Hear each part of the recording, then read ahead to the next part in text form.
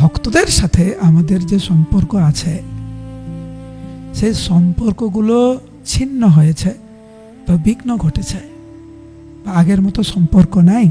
কারণটা কি একটু ভাববেন। ঝগড়া হয়েছে বলে, চিৎকার চেঁচামেচি করে কথা বলেছেন বলে, বা কোনো গর্হিত অপরাধ করেছেন বলে না। কিন্তু এটা ধীরে ধীরে কিভাবে শুরু হয়, আমাদের কথা বলার যে ধরন, ইংরেজিতে বলো টোন অফ ভয়েস, সেটা থেকে,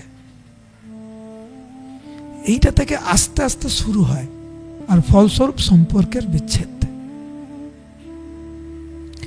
দৈনন্দিন জীবনে আমরা একে অপরের সাথে কেমন কথা বলি, কথা বলার ধরন, কথা বলার সুর, এটা গুরুত্বপূর্ণ। কেমন আছো, কেমন আছো, একই কথা, ধরনটা কেমন?